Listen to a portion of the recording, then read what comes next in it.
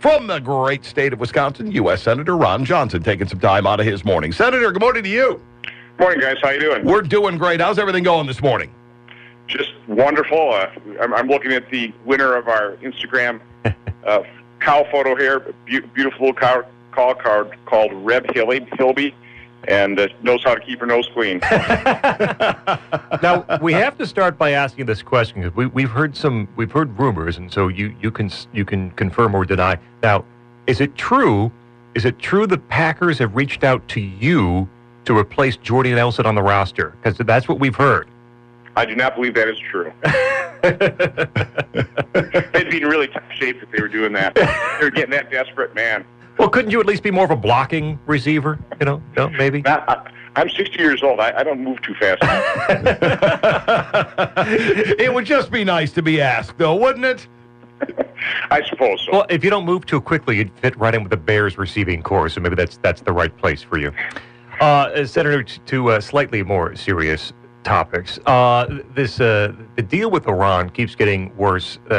Little by little, we find out about it, and it was bad to begin with. There's a vote that has to happen in September in the Senate to approve or deny, and then that starts the whole process. But specifically, this most latest detail that we learned, the side deal with the IAEA by Iran, is it true, as far as you know, because you haven't seen these side deals either, I don't believe, that Iran now, they will be inspecting themselves and then flagging any concerns? Is that the way that you understand things?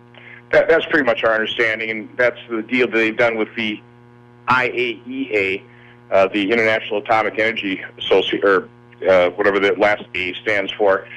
But the bottom line, it's just like if you're providing a drug sample and you're providing yourself.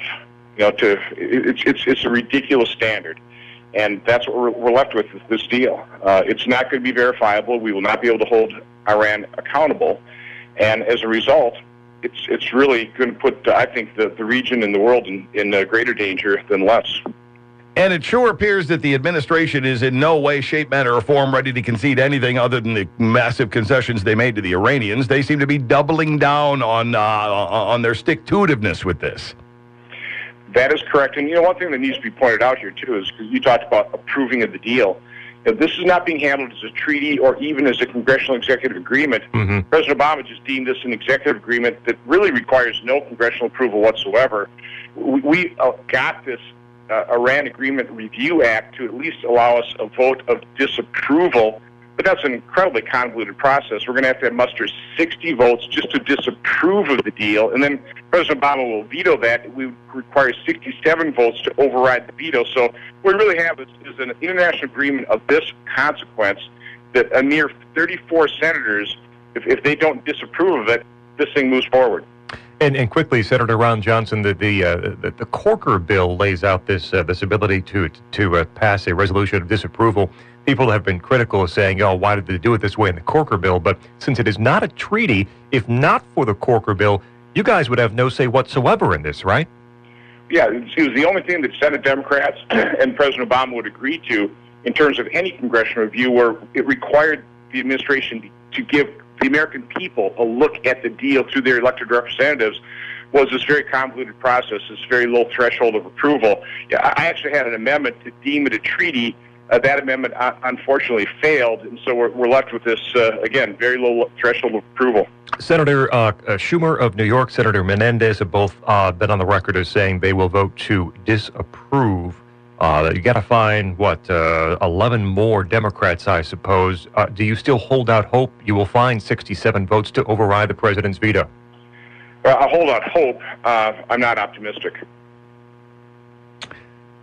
It's one of those, too, and I guess as just a citizen and as a voter, when you talk to people, when you look at the poll numbers on this one, this is a bad deal all the way around, and a great plurality of the American public believes so.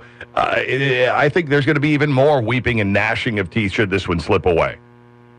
Well, again, what this is just showing is the growing power of the presidency, and certainly this President Obama, really doesn't know, really recognizes no constitutional constraints.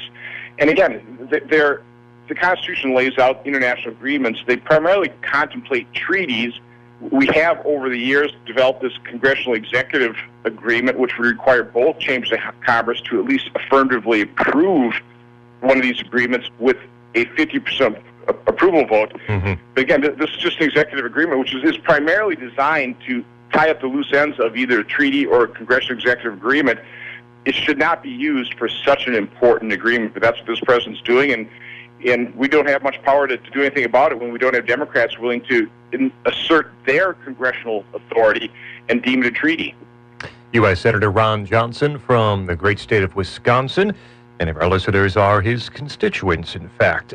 You are the chairman of the Senate Homeland Security Committee. I got a letter earlier this month from David Kendall, the attorney for Hillary Rodham Clinton, saying that, yeah, emails and everything else erased before that device was turned over to the FBI. I guess the FBI is hopeful they might find some things on there. But as this talk continues, Senator, about Hillary's emails, her handling of classified / top secret material, I have heard people say, much like in her husband's scandal, why should we care? Why should we be concerned? So I'll just put it to you. Why should Americans be concerned? Why should Americans worry about how Hillary Clinton handled this classified, sensitive material in her email? Because as Secretary of State, she is having access to probably the most sensitive, most secret information of this nation that really affects our national security. Not having that residing on a secure server, and instead, have it residing on this very unsecure private server.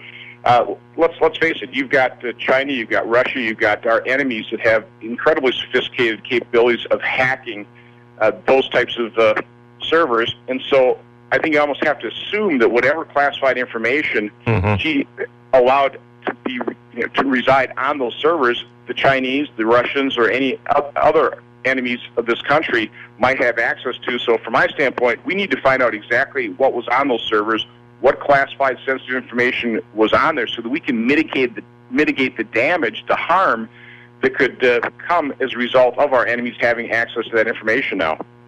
And it would sure seem that the way it's coming out, dribs and drabs, almost every day we hear about, oh, yeah, well, there was even more classified, and now there might be a second server, and now there's an accusation that she passed state secrets off to her attorney at the same time. That's why this administration has to be far more aggressive in finding out and really putting the resources behind to find out exactly what classified information might be now in the hands of our enemies, so we can, again, mitigate the harm and damage to that. This is extremely serious. This isn't a political issue here. This is a national security issue. U.S. Senator Ron Johnson of Wisconsin. It's Ronnie and Scott on WROK.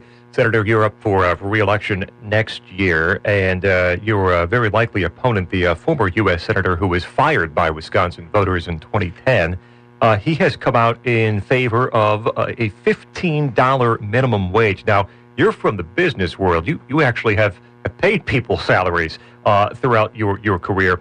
What would something like that do to business across Wisconsin and Illinois and across the country? Well, the most crucial part is what would it do to job opportunities? It would reduce them. President Obama has proposed a $10.10 an hour minimum wage that the Congressional Budget Office projects would lose 500,000 to 1 million jobs would be destroyed with that proposal. So that's $10.10 an hour. How many jobs would be destroyed at $15 an hour? So I just don't understand. Somebody like Senator Feingold, is he just oblivious to those basic economic facts, or does he just simply not care about the people that lose jobs or not have the opportunities to grasp that first rung of the ladder of success? And it just is baffling to me. But bottom line is, if you force businesses to pay $15 an hour, force them, they're going to become less competitive in the global environment, which means they'll be able to sell less products, which means they're, bottom line, you don't have the need to employ as many people. And it's one of those as well, Senator, it's fine to go ahead and jump on that $15 an hour bandwagon because you see a lot of media outlets are going to give you a lot of cover on that one. But when things go south, like they have in certain parts like Seattle, for example, where there's problems galore, well, there's not so much follow-up on that. Yeah, if $15 is such a great $15 an hour is such a great idea, why not $100 an hour? Well, let's face it, the answer is obvious, because job opportunities are destroyed. But again, cynical politicians like Senator Feingold, they don't care about the fallout of their proposals. They're just caring about the political popularity. It sounds good.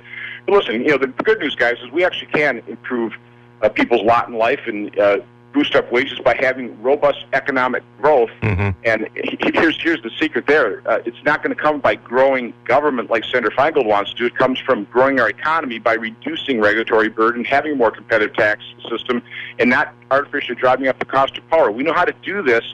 Senator Feingold does not. Senator Ron Johnson with us, just another minute or two. It's Riley and Scott. Speaking of economic growth in the business world, I was not reminded of this, but heard it again the other day. Look, the U.S. has the highest corporate tax rate in the industrialized world. We've been talking to you and others for the past few years about doing something about that. Do you think there's any hope of that happening under this president, or are we really waiting till at least 2017 to perhaps lower what is, again, the highest corporate tax rate in the industrialized world? No, President Obama, people like Senator Feingold want to punish success. They're not interested in actually looking at the reality and the facts that our tax system is grossly uncompetitive. It's forcing businesses to set up headquarters overseas or making them, subject to being taken over by foreign companies. So it's a simple matter of math. We had a really good hearing in the Permanent Subcommittee on Investigations, and even Claire McCaskill, a Democratic senator, said exactly that. It's simply math. We've got to get our tax system more competitive. He's Senator Ron Johnson out of the great state of Wisconsin. Senator, as always, we appreciate you taking time for us. Have a great morning.